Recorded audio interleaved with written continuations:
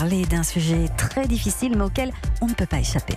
Ce sont des images si violentes que les télévisions n'ont même pas cherché à les diffuser. Dans un établissement d'hébergement pour personnes âgées dépendantes, l'acronyme d'EHPAD, un aide-soignant insulte une dame de 98 ans, la tire violemment par les jambes, lui donne des coups de pied alors qu'on l'entend crier « Pitié pour moi ».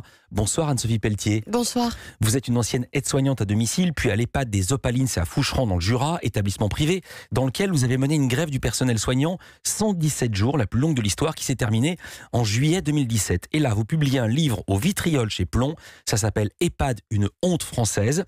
Première question, est-ce que le cas de cet aide-soignant est parfaitement isolé ou une telle violence est-elle, je dirais pas courante, mais on la retrouve parfois ici et là en France ?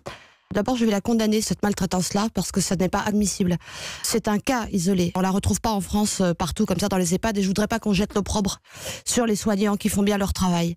Mais on va parler aussi d'une autre maltraitance, parce qu'il faut faire très attention avec le mot maltraitance. Il en existe une qui perdure, c'est la maltraitance institutionnelle. C'est-à-dire, vous dites même qu'il y a une violence institutionnalisée dans les EHPAD. J'entends par là le fait que, est-ce que ne pas pouvoir donner une douche à une personne âgée, c'est pas faire de la maltraitance ? Est-ce que ne pas avoir le temps d'emmener une personne âgée aux toilettes, ça n'est pas faire de la maltraitance? Est-ce que quand une aide à domicile n'a pas le temps de laisser venir de manger une personne âgée, ça n'est pas de la maltraitance? Et là, en fait, les personnes âgées sont victimes d'un système maltraitant et les soignants aussi sont victimes de prescriptions de travail maltraitantes. On va parler du cas général évidemment dans quelques instants. D'abord, je termine le cas particulier. Quand on regarde le dossier, on voit que la direction de l'EHPAD en question avait été informée par la famille de la vieille dame. Elle avait dit avoir été tabassée. On avait dit à la famille, mais non, c'est cette dame qui inventait. C'est ça, je pense aussi, qui est scandaleux. C'est que le cas a été dénoncé. La famille, et moi je les remercie, les familles, quand elles osent parler, parce qu'il faut quand même le dire, c'est très difficile pour les familles de parler. Pourquoi? Et là, elle a parlé. J'ai découvert ça grâce à vous. Pourquoi c'est difficile? Vous nous dites même oser parler. C'est difficile pour les familles, déjà parce qu'elles portent cette culpabilité d'avoir placé leurs parents. Et la deuxième chose, c'est que si vous commencez à être une famille qui commence à être un peu râleuse ou qui demande des choses un peu particulières, eh bien, vous pouvez avoir quelques pressions derrière d'une direction ou des mots qui peuvent être dits du style si vous n'êtes pas content, allez trouver ailleurs. Voilà, donc cette famille a parlé, c'est déjà bien. Et je trouve quand même scandaleux qu'une direction qui est au courant que des actes graves se passent laisse un employé continuer. Je suis désolée, mais il y a quand même aussi une forme de complicité vers ce sens-là. Ah bah là, il ne travaille plus maintenant, il a été mis à pied et il est en détention provisoire dans l'attente de son procès. Voilà, mais ils ont attendu, ça s'est reproduit, vous voyez, c'est ça qui est grave. Exactement, et ils ont même dit qu'elle avait eu un membre cassé, alors qu'on a découvert que c'était un choc qu'elle avait reçu. On a découvert ça grâce à la vidéo et le fait qu'ils aient caché des caméras. Il existe un numéro de téléphone dédié pour faire un signalement, je vais le donner, c'est le 3977. Vous savez combien de signalements ont été adressés l'an dernier ? Non, honnêtement, je ne sais pas. 3500, c'est-à-dire presque 10 par jour, en hausse de 13%. Est-ce que le monde des EHPAD est de plus en plus violent ou est-ce que les gens osent de plus en plus se plaindre ? Justement, j'ai écrit ce livre pour que les gens puissent parler et prendre la parole et que la peur change de camp. Et je pense que ce n'est pas le fait que les gens osent se plaindre, parce qu'il y a encore beaucoup d'omerta, mais je pense que dans les EHPAD, pas tous, il faut le dire, pas tous, ça n'est pas une généralité, mais malheureusement une majorité, eh bien, c'est de plus en plus violent et pour les personnes âgées et pour les soignants. Vous avez conduit une grève de 117 jours à l'EHPAD des Opalines à Foucheran, je l'ai dit, la plus longue de l'histoire. Est-ce que la situation s'est améliorée depuis ? Il y a des choses qui se sont améliorées, il y a des choses qui restent en l'état.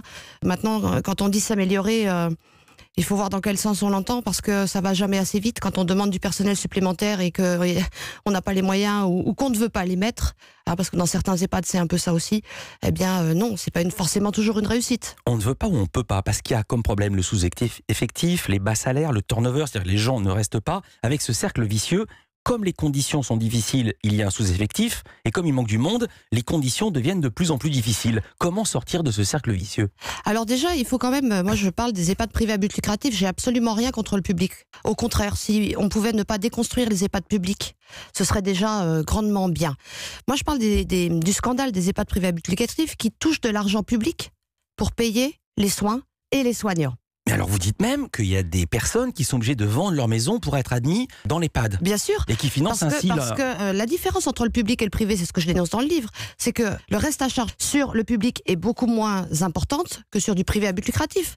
J'avais une ancienne ministre au téléphone, parce qu'elle a lu le livre, qui me disait j'ai une amie qui a placé son mari en EHPAD autour de Paris 10 000 euros par mois, en privé à but lucratif. Donc, quand les personnes âgées n'ont pas les moyens, parce que tout le monde n'a pas cette retraite quand Bien même, sûr. quand même, Évidemment. même 2 700 euros, c'est quand même très lourd. 10 000 par mois, il y a beaucoup de gens qui ne les gagnent pas, alors même pas en termes de retraite. Donc, quand on a 2 700 euros de loyer pour un EHPAD privé à but lucratif à payer, quand on a fait des petites économies toute sa vie, qu'on fondu à vue d'œil, il faut bien vendre son bien. Et là, on fait un plan d'investissement sur la mort, c'est-à-dire que l'objet de la vente, on le divise par le montant du loyer, et on sait combien de temps il nous reste à vivre, sans que les enfants aient la main à la poche à mettre, quoi. Anne-Sophie Pelletier, vous êtes toujours salariée de l'EHPAD des Opalines à Foucheran, mais en congé sans solde, et vous allez vous lancer dans la campagne des élections européennes aux côtés de la France Insoumise. C'est bien ça? Oui. Donc vous allez changer de vie? Non, je vais essayer de changer la vie des autres. Vous êtes 5e sur la liste? Oui. Quasiment certaine d'être élue?